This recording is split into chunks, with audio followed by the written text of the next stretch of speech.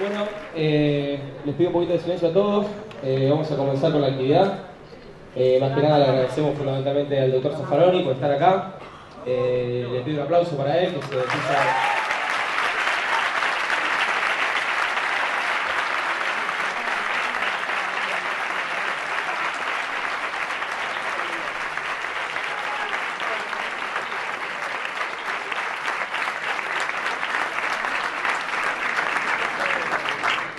que bueno, tan amablemente se puso a disposición de una manera muy accesible para poder hacer la actividad de hoy. Y bueno, también agradecer a todos los compañeros del Frente Patria, de la facultad, que estuvieron trabajando para la organización de este evento, de esta actividad, con una convocatoria impresionante. Así que también para ellos.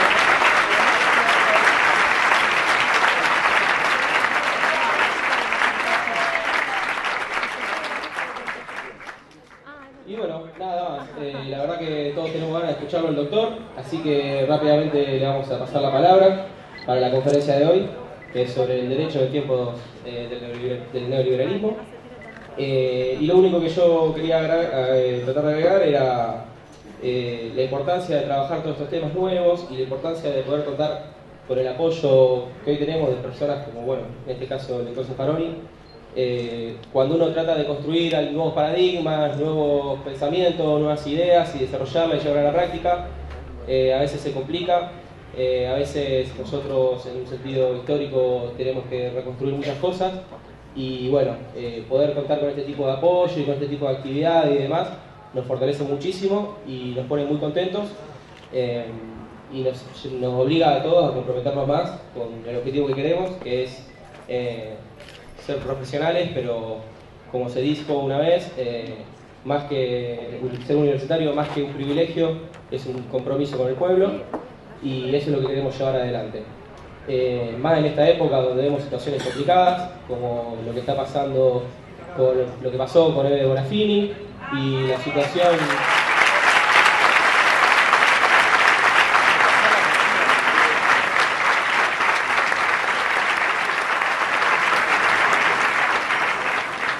Y bueno, y la situación también que sucede hace bastante tiempo, entre otras tantas, de la compañera Milagros Sala.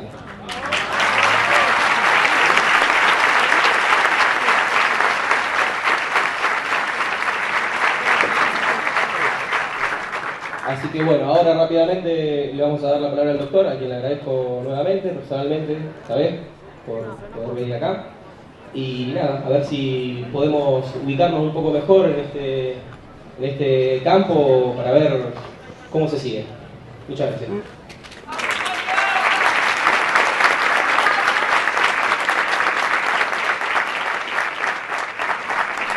Bueno, amigas, amigos, compañeras, compañeros, muchísimas gracias por esta invitación, muchísimas gracias a las autoridades de la casa, muchísimas gracias a los estudiantes, muchísimas gracias a los grupos que organizaron esto y muchísimas gracias a ustedes por la presencia esta mañana. Realmente, hablar del derecho en este momento histórico y concretamente aquí ahora en nuestra patria puede encararse desde un punto de vista local, coyuntural, anecdótico, pero creo que las anécdotas sobran. Creo que lo que se mencionó y otras cosas hacen que lo anecdótico esté de más. Creo que para ubicarnos tenemos que darnos cuenta, ante todo, dónde estamos, en qué posición estamos en el mundo y qué es lo que está pasando en el mundo. Neoliberalismo es una expresión como cualquier otra. No sé siquiera si es correcta, tengo mis serias dudas.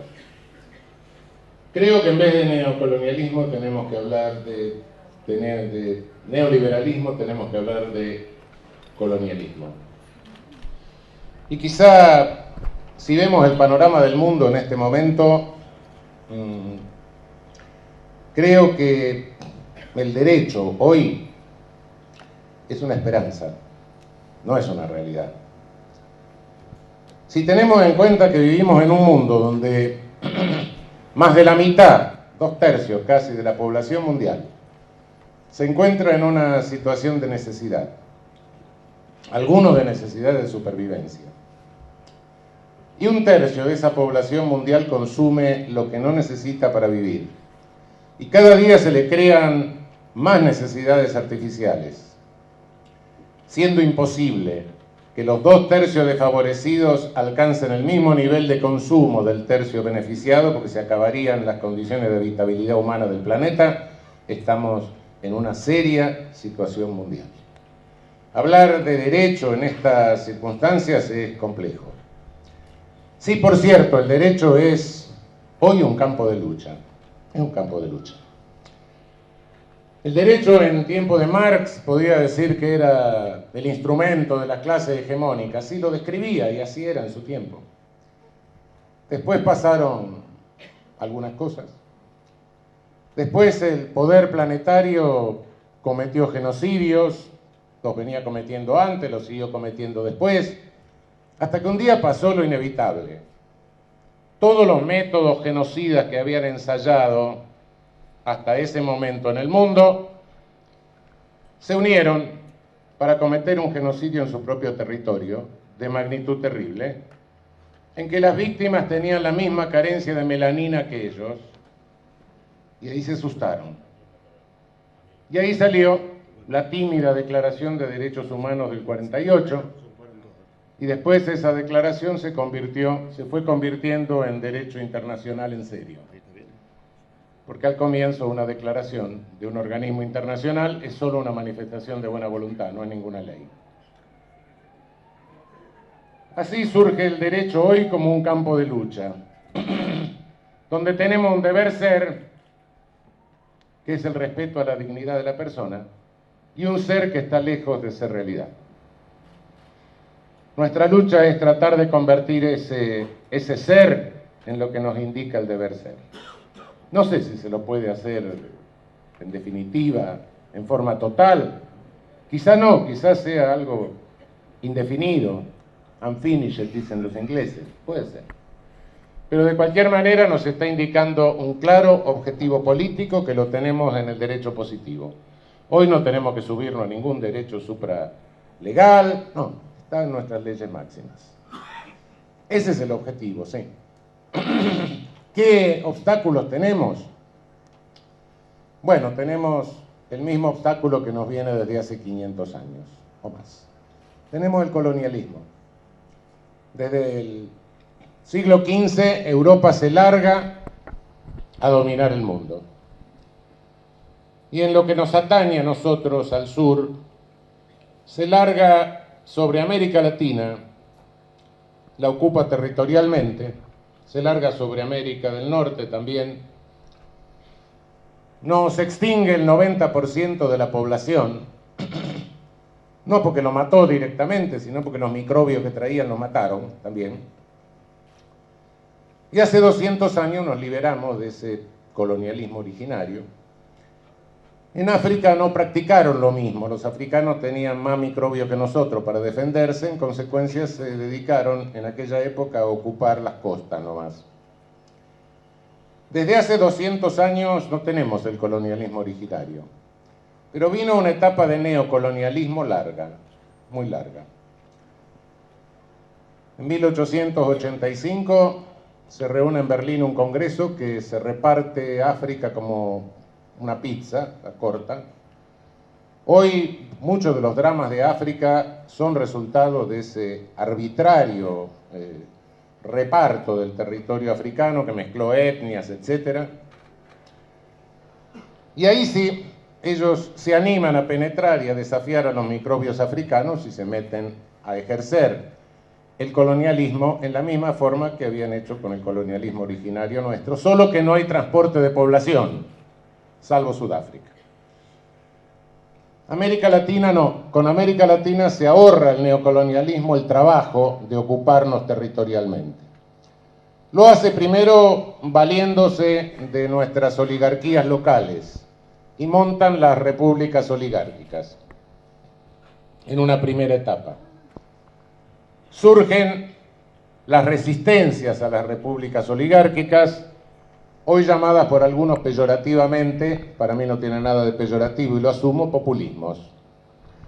Esos populismos fueron desarticulando en parte esas repúblicas oligárquicas, fueron superando la ideología racista que era innata en esas repúblicas, de un racismo spenceriano,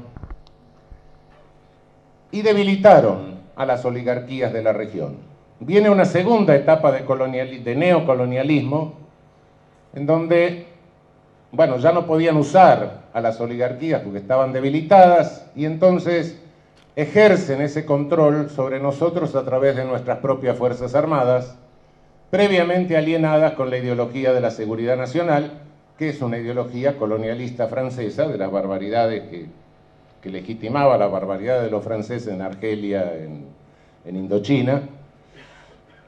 Y tenemos las dictaduras de seguridad nacional del continente. Viene Malvinas, se terminan las dictaduras de seguridad nacional y se cierra definitivamente la etapa de neocolonialismo.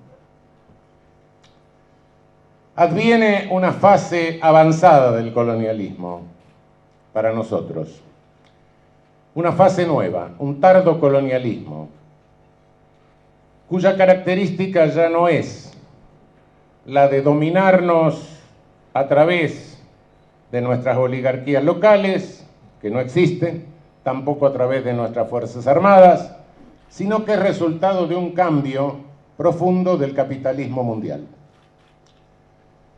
¿Qué había sucedido? ¿Qué sucede hoy en el capitalismo mundial? El capitalismo siempre mantuvo relaciones relativamente equilibradas entre el sistema, el aparato productivo, el aparato financiero y la política.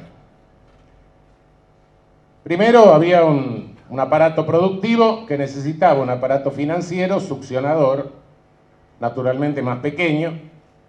Se hipertrofió el aparato financiero y no sé si en este momento el capitalismo no va hacia un suicidio, porque dentro de poco no sé de dónde va a succionar. Pero por otro lado, esa hipertrofia del aparato financiero hizo que las relaciones de equilibrio que había entre establishment y política, que eran relaciones de ida y vuelta, que siempre existieron, dejaran de ser relaciones de ida y vuelta y el aparato financiero se comiera la política. Quien crea hoy que la política en el mundo manda, está equivocado. Ni Mr. Obama, ni Trump, ni Hillary, ni Frau Merkel mandan mucho. Están condicionados por corporaciones transnacionales, por inmensas corporaciones transnacionales, que tienen la ventaja de que pueden desplazarse horizontalmente, mientras la política, por esencia, es eminentemente local. En estas circunstancias, América Latina expresa de este capitalismo financiero que como táctica tiene la destrucción o el debilitamiento de los estados. Le resulta mucho más cómodo entenderse con bandas o con mercenarios o entenderse con estados muy debilitados. Y vemos que en parte del mundo ha destruido estados directamente. Irak, Afganistán, Libia, los franceses en Malí, para algún ejemplo más. En América Latina no destruyen estados, los debilitan notoriamente. En algunos casos a través de una extremísima violencia, como el caso de México. No es cierto, como dijo alguien, que México es un estado frustrado. No, un estado frustrado es una nación que no logra configurar un estado. México no, tiene una nación muy fuerte y configuró un estado que se le fue la mano. Pero ese estado está debilitado hoy. Tiran sobre América Latina la cocaína, que es uno de los factores caóticos de debilitamiento de estado. Cuando vemos cómo opera esto, es rarísimo. Hay factores en la historia que a veces no nos lo cuentan. Así como no nos contaron los microbios, en la colonización primaria. Hoy parece que la cocaína es un detalle. No, no es un detalle, cuidado. Es alquimia, es fabricar oro a través de cualquier porquería. Si tengo un mercado donde hay demanda y oferta y enrarezco totalmente la oferta a través de la prohibición y la demanda rígida o creciente, lo que estoy haciendo es fabricar oro por vía de prohibición, de cualquier basura que tenga demanda rígida o creciente. ¿Cuál es el rédito que tiene esto? Hay una perfecta división del trabajo, a diferencia de lo que sucedía en la época de la prohibición alcohólica. Hoy el tóxico se produce fuera del territorio de Estados Unidos. La lucha por alcanzar el principal mercado consumidor se produce fuera de los Estados Unidos. Dentro de los Estados Unidos hay solo una aceitada red de distribución. Esa red de distribución, por diferencia entre el precio FOB, el Free On Board, y el precio que llega al consumidor, se queda con el 60% de la renta del tráfico. El 40% restante queda al sur de Río Bravo, donde también quedan los muertos que se producen por la competencia por alcanzar el mercado, y donde también les venden armas a los que se pelean por alcanzar el mercado. Y por otra parte se quedan con el 100% del negocio del reciclaje, o lavado de dinero, como se dice, que nos prohíben hacer a nosotros a través del Gafi, no sea que nosotros lavemos alguna ropa interior, y si no aceptamos las condiciones del Gafi nos dicen que estamos financiando el terrorismo. Y entonces también nos obligan a poner tipos penales de terrorismo que después usan con cualquier objetivo, como en Chile, que lo están usando para la persecución de pueblos originarios. El caos que provoca esto produce un descontrol territorial por parte de los estados. Tienen estados debilitados por alto índice de violencia y además les conviene la violencia interna porque el modelo de sociedad del capital financiero es un modelo de sociedad excluyente. 30-70, 30 incluidos, 70 excluidos. Y por ende hay que contener a los 70. ¿Y cómo los contienen? A través de la violencia, que no es violencia estatal, sino haciendo que se maten entre ellos, lo que están consiguiendo en muchos países. En los países donde no tenemos esa olímpica alegría para matarnos entre nosotros, no lo hacemos con tanta alegría, entonces mediáticamente generan un nivel de violencia que no existe. Esto pasa solamente, les advierto, en el triángulo, en el cono sur, Uruguay, nosotros y Chile. El resto tiene índices de violencia muy, muy altos, extremadamente altos, son de los más altos del mundo. Al mismo tiempo, el modelo de sociedad 30-70 se confirma porque también tenemos los coeficientes de Gini más altos del mundo. O sea que estamos con coeficientes de Gini más altos que África. África es más pobre, pero es menos desigual. Son todos pobres. Acá no. Acá la distribución de riqueza es mucho más inequitativa. La coincidencia de violencia y coeficientes de Gini no es casual, por cierto. Este es el panorama en el cual estamos actuando. Este es el panorama en el cual tenemos que pensar el derecho. Creo que cualquier teoría jurídica que pase por alto este panorama realmente es esquizofrénica. Hablar de derecho hoy sin tener en cuenta dónde estamos, sin tener en cuenta el dato de nuestra realidad, es grave. Pero no quisiera hablar de la teoría jurídica. Si quieren vengo otro día y les hablo de lo que pasa en el derecho penal, de los detalles, de qué nos venden, de qué nos traen. No, quisiera hablar de la táctica de penetración. Ya no nos ocupan a través de las Fuerzas Armadas, mucho menos a través de las oligarquías que se han disuelto, están muy decadentes. Hoy hoy nos penetran de otra forma. Todos los defectos que pudieron tener históricamente nuestros populismos, y cuando hablo de populismo me refiero a Getúlio Vargas, me refiero a Velasco Ibarra, me refiero al APRA peruano, me refiero al irigoyenismo y al peronismo nuestro, a Lázaro Cárdenas en México, todos los defectos que pudieron tener, algunos autoritarios, personalistas porque no podían ser de otra manera, como movimientos policlasistas necesitaban que alguien hiciera una síntesis. Todos esos defectos empalidecen frente a los terribles crímenes cometidos por la reacción por contener la extensión de ciudadanía real a que dieron lugar los populismos latinoamericanos. No nos confundamos, hagamos el balance. Yo no sé cuántos de nosotros estaríamos aquí, vivos, y sabríamos leer y escribir si no fuese por nuestros populismos. No lo olvidemos nunca.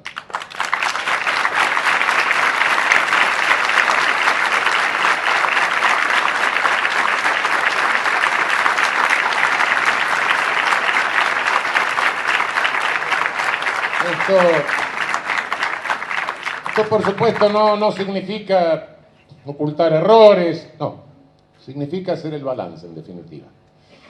Pues bien, ahora ya no se cometen esos crímenes de esa manera, pero no creamos por eso que no hay muertos.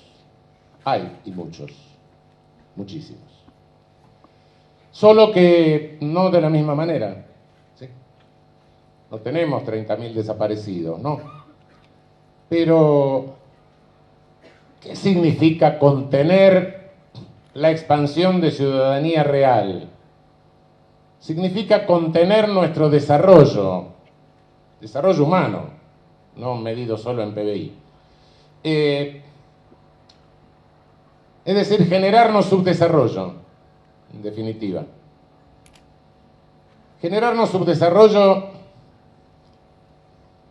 significa desde un punto de vista jurídico, y me voy al verso que nos mandan desde el centro. Primero hubo derechos individuales, después vinieron los derechos sociales y ahora vienen los derechos de tercera generación. ¡Mentira! ¡Mentira! Para nosotros el primer derecho humano es el derecho de tercera generación, es el derecho al desarrollo. La primera condición del desarrollo es la independencia. Nuestros primeros héroes de derechos humanos han sido los héroes de nuestra independencia. Fue San Martín, fue Bolívar, fue Dubarquer, fue Morelos, fue Hidalgo. Ahí comienza nuestro desarrollo. Y contener nuestro desarrollo. Cuando digo esto me dicen, no, pero estás subestimando el valor de la vida humana. No, pará, no estoy subestimando de ninguna manera el valor de la vida humana, lo estoy midiendo. Lo pongo en primer lugar. Estaba hablando de muertos por violencia. Muertos por violencia, tenemos los índices más altos del mundo. Son unos cuantos. Pensemos que nosotros tenemos en el país una media de 5.5 por 100.000 anual. Nuestro vecino Brasil tiene 24 por 100.000 anual. México confiesa 24, cada vez que hacen un pozo salen huesos, qué sé yo, no sé. Hay 20.000 desaparecidos, 20 y pico mil. Ayer les recordaba San Pedro Sula, el puerto de Honduras, tiene el índice de homicidio más alto del mundo, pasa a los 90. Homicidio, muerte violenta. Pero esos son los únicos muertos del subdesarrollo. No. Están los muertos por falta de campañas sanitarias, están los muertos por discriminación en la atención de la salud, fundamentalmente a ancianos y niños. Están los muertos por inseguridad laboral, están los muertos que quedan con traumas, lesiones para toda la vida por insuficiente alimentación, por falta de proteínas. Están los muertos por tránsito, por no tener las carreteras adecuadas a los vehículos que nos mandan. Si sumamos todo eso cada año, cuidado que nos estamos echando una ciudad de regulares dimensiones. Estamos fabricando nuestro Hiroshima y Nagasaki con paciencia todos los años. Esto es un genocidio por goteo. Las cifras, creo que las ciencias sociales tendrían que dedicarse en algún momento a tratar de estimar cuánto es el monto de esta cantidad de cadáveres que estamos produciendo año a año, sin que nos lo hagan notar los medios masivos monopolizados que tenemos en la región, que es un fenómeno regional, por supuesto. En el centro no permiten el monopolio, nosotros sí. Y el monopolio no es un fenómeno nuestro. Tenemos Televisa, tenemos Azteca en México, tenemos Rede Globo en Brasil, tenemos el Comercio en Perú, tenemos el Mercurio en Chile, tenemos Clarín acá, claro, pero les advierto que Clarín, comparado con Televisa y comparado con Rede Globo, es el kiosco de la esquina. No es cierto que los medios monopólicos de comunicación estén al servicio del capital financiero. Eso no es cierto. Forman parte del capital financiero directamente. Ese es el asunto.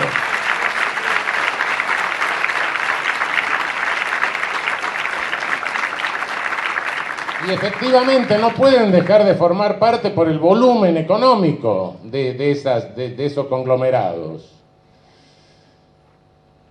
Yo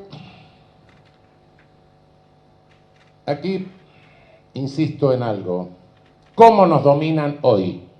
¿A través de qué? ¿Cómo han penetrado en América Latina en esta nueva onda, en este nuevo avance? No es el único, no es el primero, no. Hubo un avance en el neocolonialismo que también, porque suele proceder por oleadas regionales, ¿no? Acordémonos, por los años 50, un día suena un balazo allá en el Palacio Catechi, el suicidio de Vargas. Unos meses después, invasión a Guatemala, deponen al gobierno de Arbenz y ponen al dictador Castillo Armas. Y unos meses después nos bombardean la Plaza de Mayo. Estos movimientos son regionales. Miremos la región hoy y veamos qué sucede.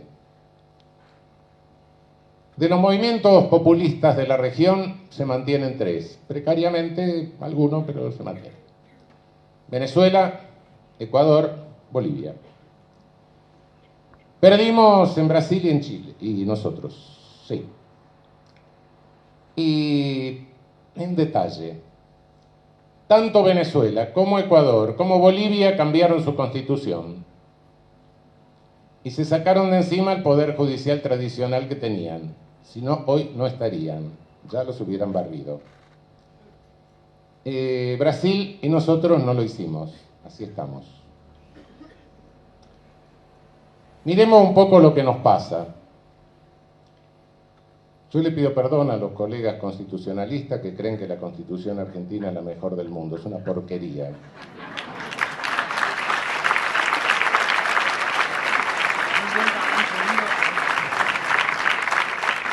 No desde el punto de la declaración de derechos, sí, no, los derechos los tenemos todos. Todos, están todos declarados. No falta ningún derecho, el derecho a la felicidad, nos falta incorporar el orgasmo popular. Nosotros tenemos todo.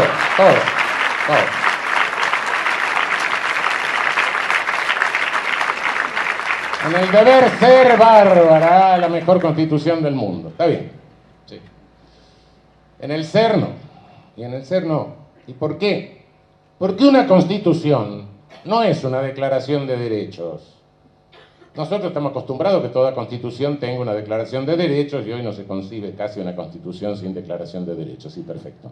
Pero acordémonos que la constitución originaria de Estados Unidos no tenía declaración de derechos, la hicieron después.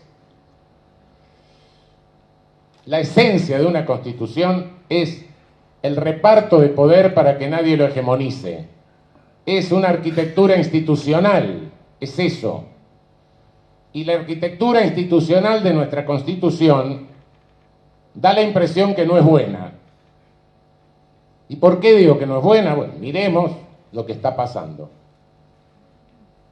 Un señor gana democráticamente, ganó una elección por 4 canchas de River, más o menos, de diferencia. Está bien.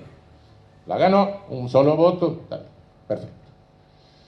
Se instala y como reparte la coparticipación federal como se le da la gana, extorsiona a los gobernadores, que tienen una responsabilidad, claro, si no le cierran la canilla de la coparticipación federal, lo cuelgan en la plaza de cada capital de provincia. Los gobernadores extorsionados presionan a los senadores y a los diputados, con lo cual manipula el poder legislativo. A través de la manipulación del poder legislativo y del Senado, que forma parte del poder legislativo, puede nombrar en la cúpula del judicial, y no solo en la cúpula, sino para abajo, a quien se le da la gana. Con lo cual manipula el poder judicial. No estoy hablando de democracia, estoy hablando de república ya, de reparto del poder para que nadie lo hegemonice, del sistema de pesos y contrapesos. El sistema de pesos y contrapesos de nuestra Constitución nos está dando por resultado un poder concentrado que manipula los otros 2 poderes del Estado, que no lo tiene hoy ningún monarca del mundo. Porque la reina Isabel va por ahí, la vieja va, presenta, etc. Sí, dice el discurso cuando inaugura el Parlamento y listo, después nada más. Después manejamos nosotros, dicen el Parlamento británico. Bueno, sí, se equivocará, no, pero lo hacen ellos, ¿no? Nosotros no, tenemos la República. ¿Qué república tenemos? Donde la elemental, hay más poderes, por supuesto, que es un simplismo hablar de los 3 poderes, sí, ya lo sé, pero ni siquiera tenemos el mínimo sistema de pesos y contrapesos entre los 3 poderes. Entonces, por eso digo que esta Constitución no sirve. Y efectivamente, muchachos, ustedes son estudiantes de Derecho, ¿no? Les parece normal, porque así nos lo enseñan de chico. Venimos a la Facultad de Derecho, nos sientan y nos dan las primeras clases de esquizofrenia.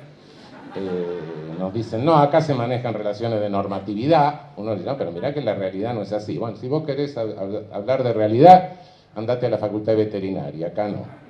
Acá todo deber ser. Coherencia interna del deber ser. Está bien. Tenemos códigos únicos, civil, penal, sí, claro, códigos únicos. El único inconveniente que tenemos es que tenemos 24 posibles interpretaciones diferentes. De un lado de un río un contrato se puede hacer, del otro lado del río no se puede hacer. De un lado de un río esto es delito, del otro lado del río te dan una medalla. Bueno.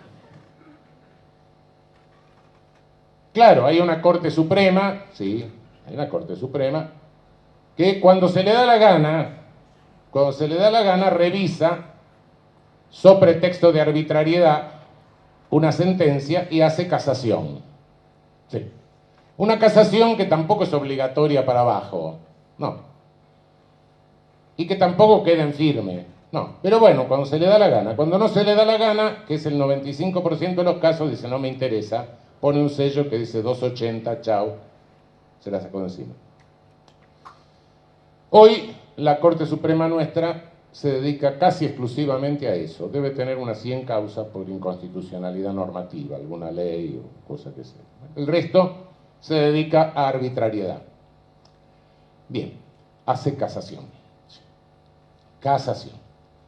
Casación mal hecha, casación cuando se le da la gana, casación que no es firme, casación que no son criterios obligatorios para abajo, pero bueno, hace casación. Casación es unificación de doctrina. Una casación civil la tiene que hacer un civilista, una casación penal la tiene que hacer un penalista, una casación administrativa un administrativista. Para decidir si una ley es inconstitucional o no, no, basta saber derecho constitucional y si uno sabe alguna otra rama del derecho, mejor. Pero Porque claro, ¿no? Naturalmente no se están repartiendo inconstitucionalidad de la marchanta, sino que tiene que ser algo más o menos grosero. Bueno, pero para hacer casación no. Bueno, nosotros tenemos una Corte Suprema integrada por 5 personas, 5 ministros. Primero, desde un punto de vista republicano, concentrar en 5 personas el poder de declarar inconstitucional leyes y el poder de hacer casación, de unificar doctrina, me parece que es una concentración de poder un poco peligrosa desde el punto de vista republicano.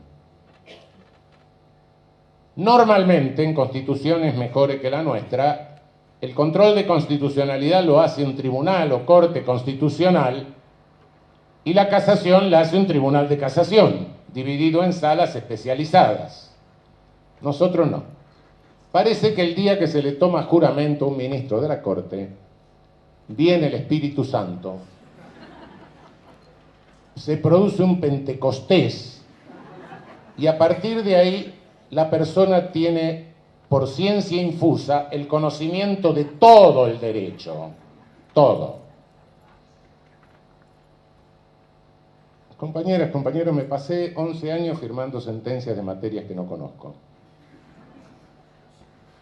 Y diciendo, bueno, espero no equivocarme, directamente. Espero que el que me hizo el proyecto lo haya hecho bien. Sí, la verdad. Bueno, este es el sistema que nosotros tenemos. Pero más aún, pero bueno, tenemos control de constitucionalidad, sí. ¿Saben para qué sirve el control de constitucionalidad nuestro? Para que no se aplique la ley solo en el caso en que se llega a declarar la inconstitucionalidad y nada más. Es decir, la ley queda vigente, cada juez sigue resolviendo si es constitucional o inconstitucional como se le da la gana, y el Ejecutivo sigue haciendo lo que se le da la gana en función y en cumplimiento de una ley que la Corte declaró inconstitucional. Para que esto se les grabe, les reitero el ejemplo que siempre pongo. ¿Puedo fumar el porro o no puedo fumar el porro? El juez de primera instancia dice, no puede fumar el porro. Cámara me dice, sí puede fumar el porro. Voy a casación, no puede fumar el porro, depende de la sala que toque.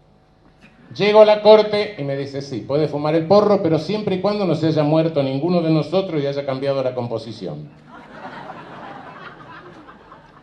Ahora, si en lugar del porro viene alguien y me dice, mire, le vengo a consultar porque quiero hacer este contrato, voy a invertir 50 millones de dólares en el país para una actividad productiva que me mande trabajo, etcétera, ¿puedo hacer este contrato? Y yo le digo, bueno, si no se muere ninguno de la corte, sí. Si esto es seguridad jurídica, ahora que va a venir la ola de inversiones, bueno, no sé qué seguridad jurídica les ofrecemos a las inversiones que van a inundar el país en un rato, ¿no? Esta es la estructura institucional que tenemos. Y no nos dimos cuenta que nos han penetrado por esta estructura institucional defectuosa, nos penetran por 2 lados. Primero, no hemos logrado una constitución, una ley fundamental que prohíba los monopolios mediáticos. Y tiene que prohibir todo monopolio, salvo los monopolios estatales, claro, que tienen una regulación especial. No tenemos una carta fundamental que prohíba eso. Y segundo, la estructura de nuestro poder judicial, más allá de las personas. Cuidado, esto no importa quién sea. Pongamos ángeles, no hay ángeles en esta tierra, pero pongamos lo mejor de lo humano que consigamos. Lo que falla es la estructura institucional. No tenemos garantía con esta estructura institucional. Nos hemos descuidado en ese sentido, no nos dimos cuenta por dónde iban a entrar. Y no entraron por grietas, no entraron por agujeros, entraron porque nos faltan paredes directamente de defensa institucional. Yo no tengo una deformación profesional. Bueno, la tendré, pero me doy cuenta de algunos excesos. Tampoco quiero transmitirla. Yo no creo en la omnipotencia de la norma, no.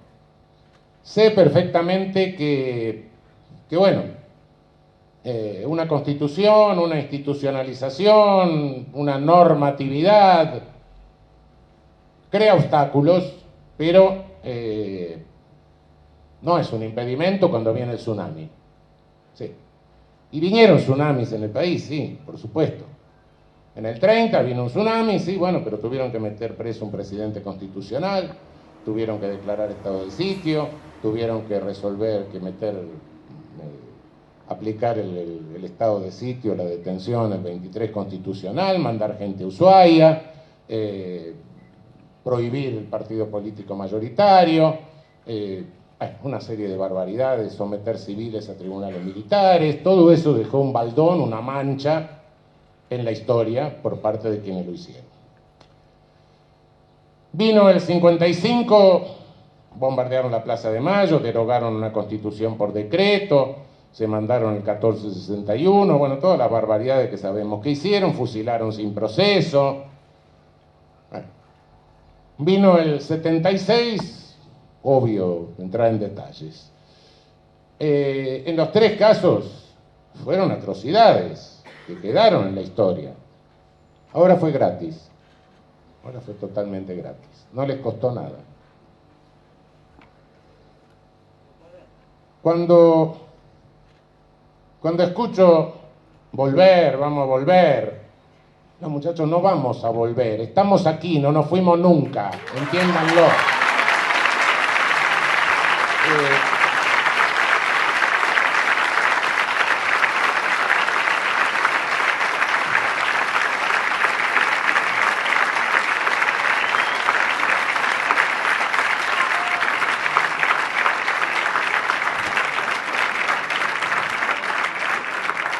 No es cuestión de volver, es cuestión de preguntarse cómo seguimos.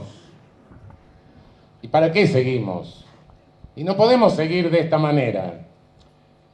Ojo, no estoy pasando facturas. No, cuando se habla de autocrítica y esas cosas no me gusta. No me gusta mucho porque huele demasiado a pase de facturas. No, no es eso. No sé si hubo errores, hubo en este sentido. Lo que sí sé es que hubo omisiones. Pero omisiones que tienen cierto grado de explicación, pero del cual tenemos que ser conscientes. No se prestó suficiente atención a la posibilidad de reinstitucionalizar la República. Es decir, de definir el modelo de Estado que queremos tener. Si tenemos que seguir adelante, necesitamos una definición de modelo de Estado. Yo sé que, claro, eso no mueve multitudes. Sí, y no mueve multitudes por razones que son perfectamente explicables y que hacen a nuestra historia. En Europa es distinto. Dice, bueno, los europeos creen en el derecho, los alemanes dicen creen en el derecho. Sí, claro, no creen en el derecho. Hicieron unas barbaridades y unas atrocidades terroríficas en su historia, pero fíjense que, qué sé yo, el emperador era el emperador, ¿no? La revolución del 18 fue socialista, ¿sí? La República de Weimar eran más o menos socialdemócratas, ¿sí? Hitler era nazi, ¿sí? Después los ocuparon, los partieron en 4 pedazos, hicieron 3. Bueno, la Alemania Oriental era comunista, ¿sí? Es decir, cada uno se presentó con su cara. Buena o mala, pero cada uno tenía su cara. Acá no. Acá cada vez que a nuestro pueblo se le mencionó el derecho, las libertades, las garantías, la justicia, la independencia de poderes, todo eso que se le mencionó fue para estafarlo. A nuestro pueblo y a toda América Latina, desde Isabel la Católica, que no, vamos a proteger a mis súbditos transoceánicos, sí, se lo dio a los encomenderos para que los maten. Sí. Entonces, claro, nuestro pueblo no cree en el derecho y tiene razones, no cree en el derecho. Cuando uno le habla de esos valores, mire, dice, me está enroscando la víbora de nuevo. Cuidado, se trata de una tarea que tenemos por delante que es sumamente importante. Es la tarea de crear confianza en el derecho. No recrearla porque no existió nunca, sino crearla. Ha llegado el momento en que tenemos que cerrar esas perforaciones, esos agujeros por los cuales nos ha dominado este tardo colonialismo. Es complicado, pero esa es la tarea que tenemos por delante. No podemos permitir que esto vuelva a suceder. Necesitamos un modelo de Estado, necesitamos una idea fuerza. No podemos permitir que se confunda un cambio de régimen con una alternancia. La alternancia es sana, pero la alternancia es en la medida en que todos vamos por el mismo camino del desarrollo. No somos nosotros los únicos, habrá otros que piensan distinto en el país, pero que también quieren ir por ese camino. Unos serán más conservadores, querrán ir más lentamente, otros querrán ir más ligero, no importa. Mientras vayamos por ese camino, discutamos la velocidad, pero vamos por ese camino. Pero no nos confundamos una alternancia con un cambio de régimen. Y esto es un cambio de régimen. Esto no es alternancia.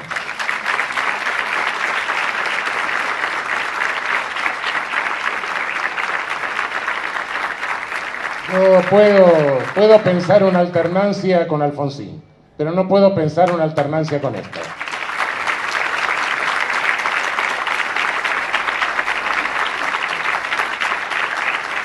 No puede haber alternancia entre desarrollo y colonialismo. No, eso no es alternancia. Eso es un avance y un retroceso. Sí puedo discutir a la velocidad que tengamos que ir por el camino del desarrollo. Sí puedo discutir los métodos, sí, perfecto. Eso sí. Pero nunca una regresión. Y lo que estamos viviendo es una regresión tardocolonialista, que nos penetra por nuestras gravísimas fallas institucionales. De modo que no es sencilla la tarea que tenemos por delante, porque hay que largar la idea, hay que convocar, hay que ser lo más amplio posible frente a esta idea. Muchachos, después nos peleemos por la velocidad, pero las reglas de juego las tenemos que tener claras. Tenemos que poner límites. Me refería a estos defectos institucionales básicos de nuestra Constitución, pero no son los únicos. No tenemos disposiciones que protejan nuestros recursos naturales. No tenemos disposiciones sobre Fuerzas Armadas. Hoy nos quieren meter las Fuerzas Armadas en función policial interna, cuando sabemos que eso destruye la defensa nacional, destruye el prestigio de las Fuerzas Armadas, una catástrofe. Vamos a tener un almirante y un general narcotraficantes. ¿Qué locura es esa? Quieren destruir la defensa nacional, ya que están.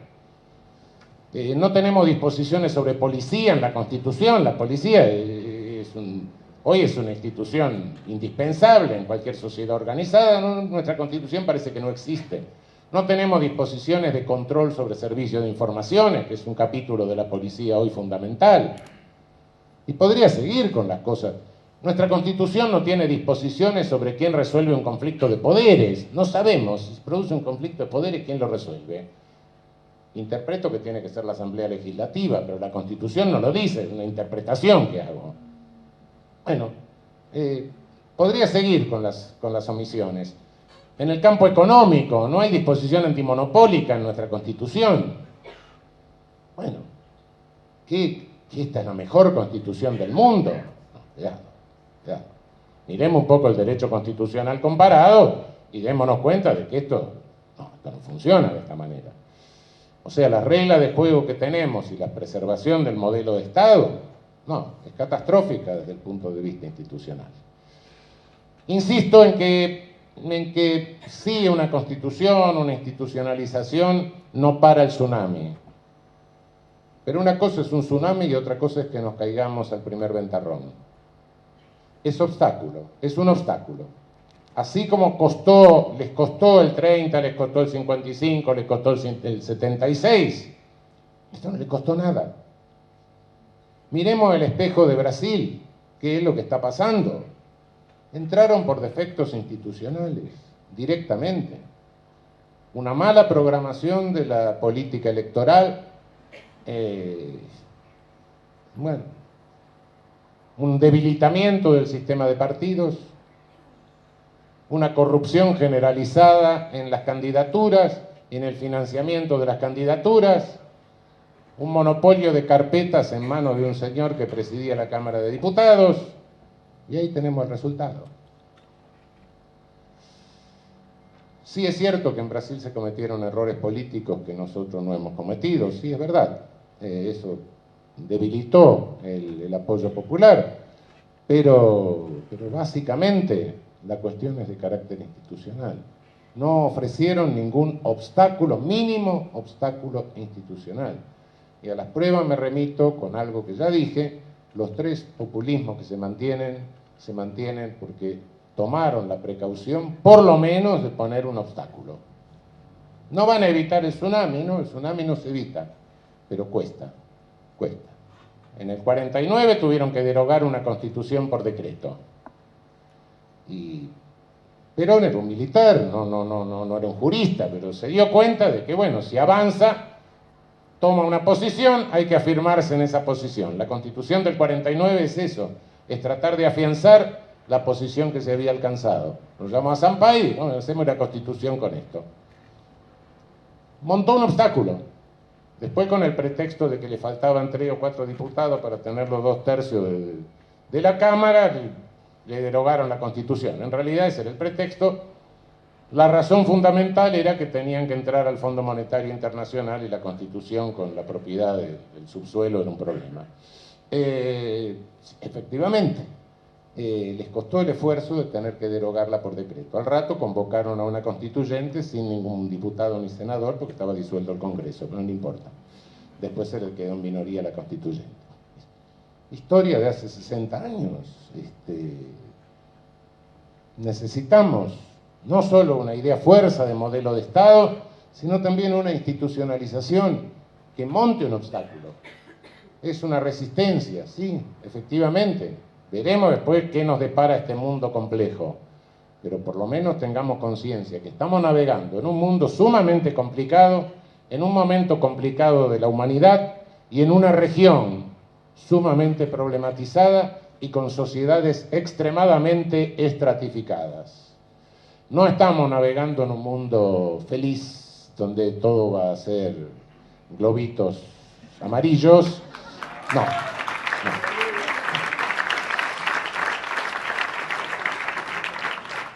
Esa es, creo, la primaria tarea. Después, si quieren, algún día les explico cuáles son las teorías que nos mandan, cómo en este mundo se insertan, etc.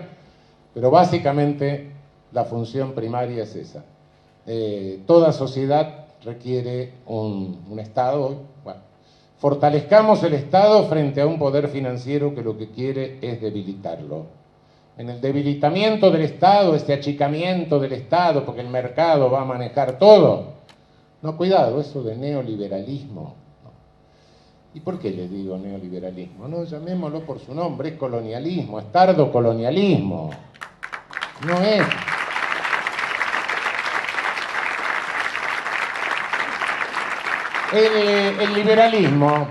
El liberalismo tiene límites, sí, pero en definitiva el liberalismo tiene una pulsión de libertad, el verdadero liberalismo. Cuando escucho, qué sé yo, que cantan la Marsellesa, pero la Marsellesa la cantaban las mujeres hambrientas francesas, ¿qué tiene que ver con la señora del barrio norte con la cacerola? Nada. Eso no es liberalismo. Está bien, el liberalismo tiene sus límites, es una ideología que surge al compás del ascenso, de la lucha por el ascenso de una burguesía europea, es verdad, todo eso es cierto, todo eso es verdad. Eso le genera límites y por ende se convierte en una cosa idealista que a partir de un Estado que se les ocurre a ellos ideal, derivan o deducen sin tener ningún dato de realidad, porque si tocaban los datos de realidad, claro, se iban a dar cuenta de que abajo quedaban una cantidad de tipos que no eran personas. Pero bueno, hace una contribución de alguna manera y tiene una pulsión liberadora. Esto no tiene nada que ver con eso, ni siquiera con esa pulsión liberadora del liberalismo con todos los límites que tenga. No se trata de negar el liberalismo, sino de superarlo. Superarlo desde un planteo humanista. Desde un planteo que no sea deductivo, sino que sea inductivo. Parto de un dato de realidad. ¿Cuál es el dato de realidad? ¿En qué medida el respeto a la dignidad de la persona lo tengo realizado en esta sociedad aquí y ahora? Y a partir de ahí, ¿cómo lo impulso en el sentido del deber ser? ese es el método con el cual tenemos que repensar el derecho y es el único método con el cual le podemos generar confianza en el derecho a nuestros pueblos. Todo lo demás, cuidado, todo lo demás recibimos discursos importados, recibimos discursos que se consideran que son científicos. El último que importamos se considera que es superior técnicamente al anterior, es como si importáramos modelo de la Volkswagen, ¿no? El último modelito viene más perfeccionado que el anterior, ¿no? Cuidado. Cada discurso que nos viene de afuera también tiene su sentido político. ¿Por qué? Porque el derecho siempre es político. ¿Para qué hacemos teoría?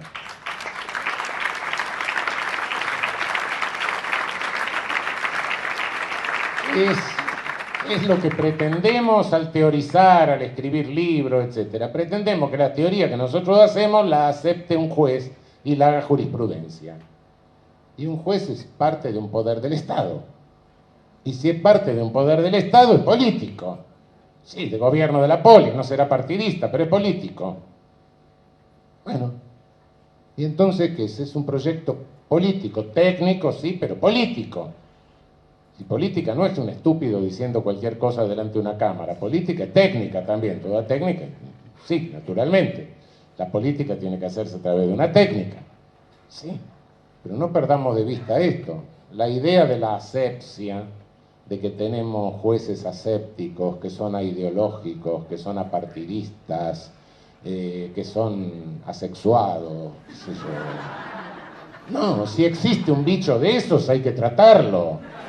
No tiene que ser juez.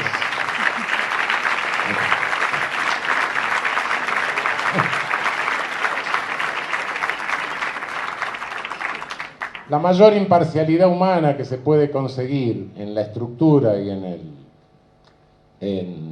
la ingeniería institucional de un poder judicial no se consigue pensando que hay anormales que no participan de la sociedad, sino generando un pluralismo interno y discusiones internas. No hay otra solución humana, digamos. Todo lo otro es un absoluto, es imposible directamente, es generar un juez que no es humano, y si no es humano, bueno, mejor no tenerlo como juez. Esa es la... Es decir, todo esto lo tenemos que repensar seriamente. Es el momento de ponernos a meditar sobre esto. Es el momento de seguir adelante, pero con un proyecto de Estado y un proyecto de reinstitucionalización que por lo menos ponga obstáculos elementales a este avance del tardo colonialismo. No nos dimos cuenta de este cambio que venía en el mundo. Es una omisión, no estoy pasando facturas. Pero bueno, ahora que nos damos cuenta, pongámonos las pilas y sigamos adelante. Bueno, muchísimas gracias.